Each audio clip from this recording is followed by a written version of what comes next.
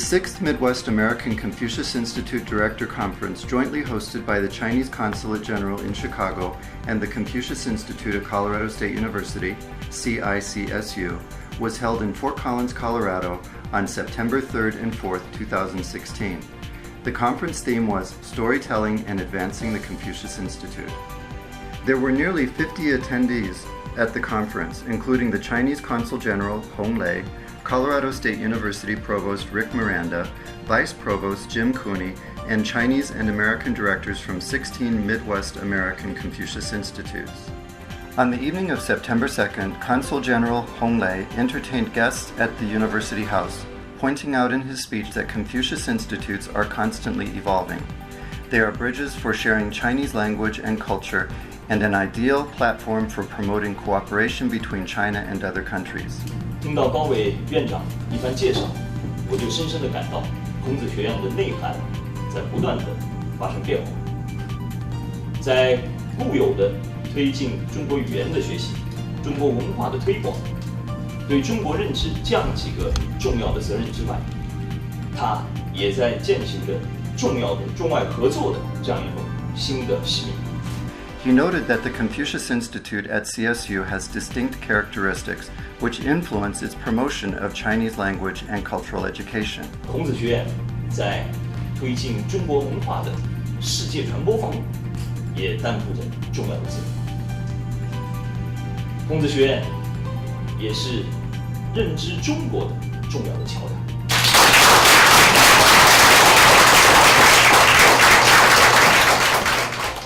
Wei Gao, director of CICSU, was invited to introduce the Confucius Institute, saying that the Confucius Institute at Colorado State University has become an important platform for water resource and environmental sustainability research between U.S. and Chinese universities and scientific research institutions, in addition to teaching Mandarin Chinese and promoting Chinese culture. 目前在中国有7个联合研究院，其中有3所研究院是和我们孔子学院特色的水和环境有关系的学院。那么这个学校的发展呢，就是也是得到了中国的很多的支持，我们也参与了这个中国的很多的科研项目。The conference began at 9 in the morning on September 3rd with Vice Provost Cooney and Director Gao welcoming the attendees, thanking the Chicago Consulate General for their support and expressing appreciation to the CICSU staff, all of which made the conference a success. Vice Provost Cooney said that he is proud of the positive relationship between CSU and China, hoping that CICSU will be an important platform for the continued cooperation between CSU and China.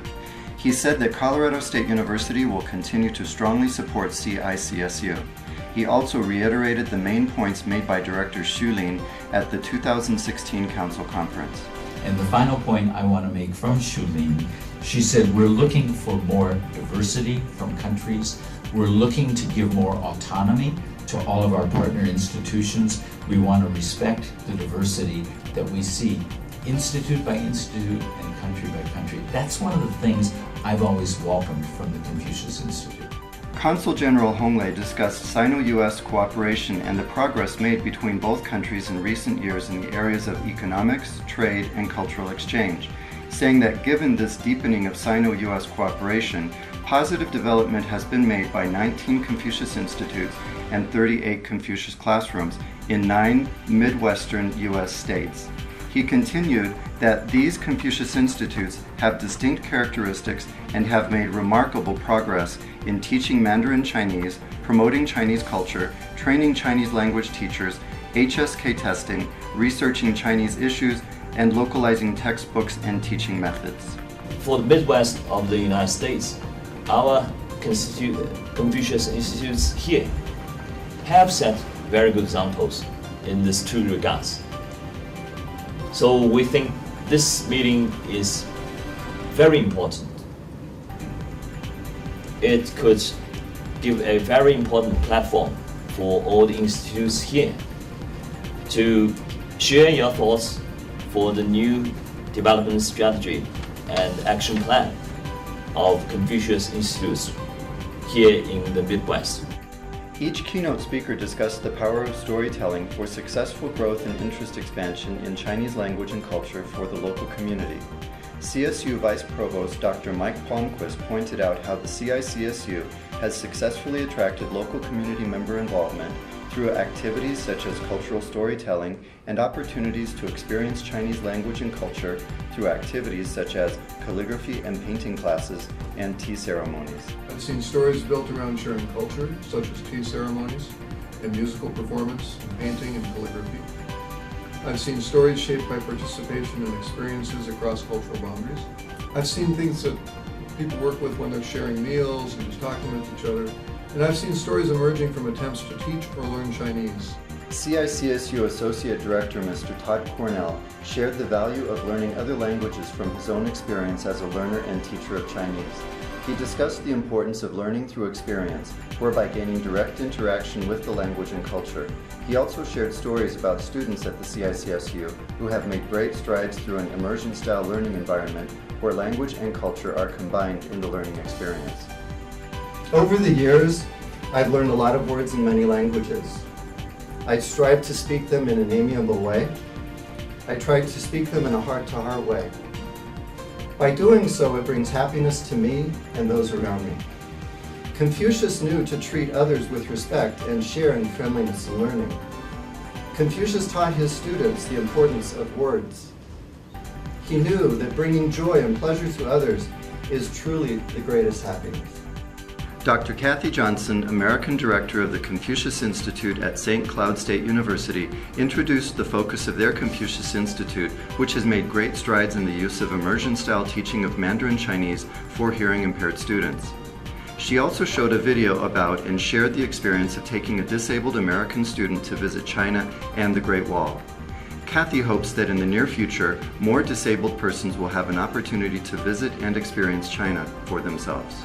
The thing that's powerful too, every child in this book is an orphan and was abandoned because they have a disability. But you can't always see the disability. And so when you look at the picture on the left, you wouldn't know that those are orphans at Shepherd's Field.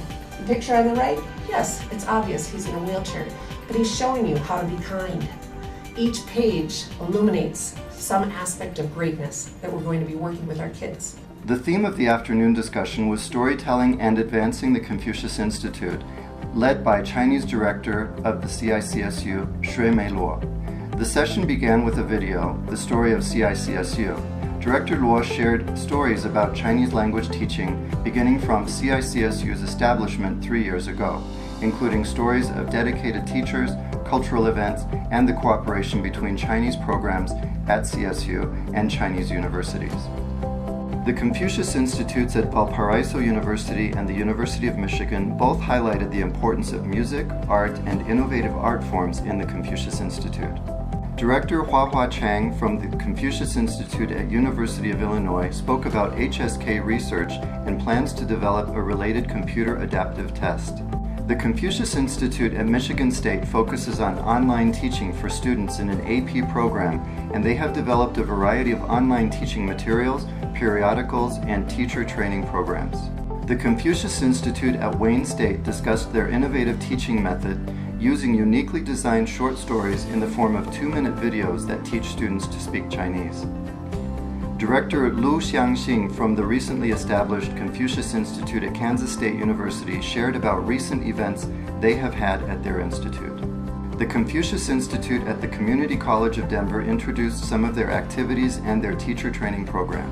The Confucius Institute in Chicago is organizing teacher training to support highly qualified Chinese language teachers and help with their career development. The Confucius Institute at the University of Wisconsin shared about their China tour and having established Tai Chi for credit courses at their institute. The Confucius Institute at the University of Missouri discussed how to effectively develop the Confucius Institute and shared stories of providing free Mandarin Chinese classes, helping students prepare for HSK tests, and supporting the Confucius Institute volunteers with B1 visa applications.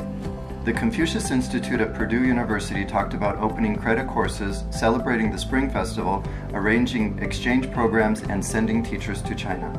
The Confucius Institute at Indiana University proposed that the Confucius Institute should be financially self-sustaining and make a profit for further development.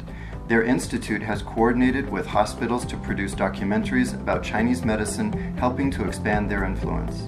The Confucius Institute at St. Cloud State University concluded the discussion by sharing authentic stories, appealing for more cooperation amongst fellow institutes.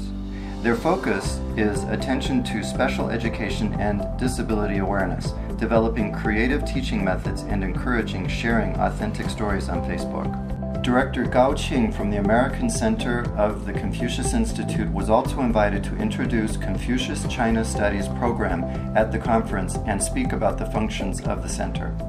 The directors also discussed development of Confucius Institutes in the Midwest of the United States.